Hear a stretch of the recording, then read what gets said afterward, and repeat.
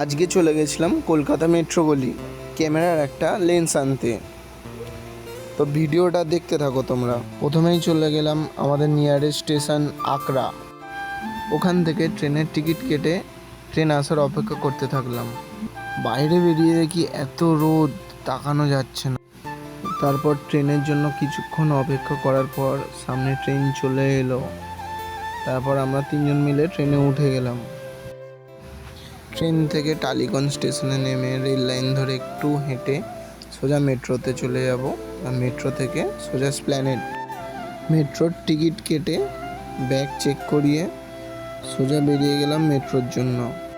Metro থেকে নেমে Esplanade স্টেশনে নেমে ওখান থেকে একটুখানি ডিস্টেন্সেই মেট্রো গলি। রাস্তায় যেতে যেতে দেখি যে ট্রাম, কিন্তু সবাই তো বলছিল যে ট্রাম নাকি চলাচল বন্ধ হয়ে গেছে।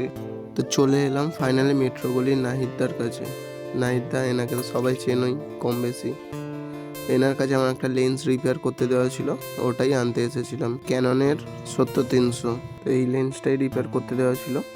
লেন্সটা নিয়ে সোজা একটু চলে আসি চাঁদনি মার্কেটের দিকে। চাঁদনি মার্কেটে এসে একটু ঘোরাফেরা করলাম, এমনি কিছু নেবো না, এমনি ঘুরতে এসেছিলাম।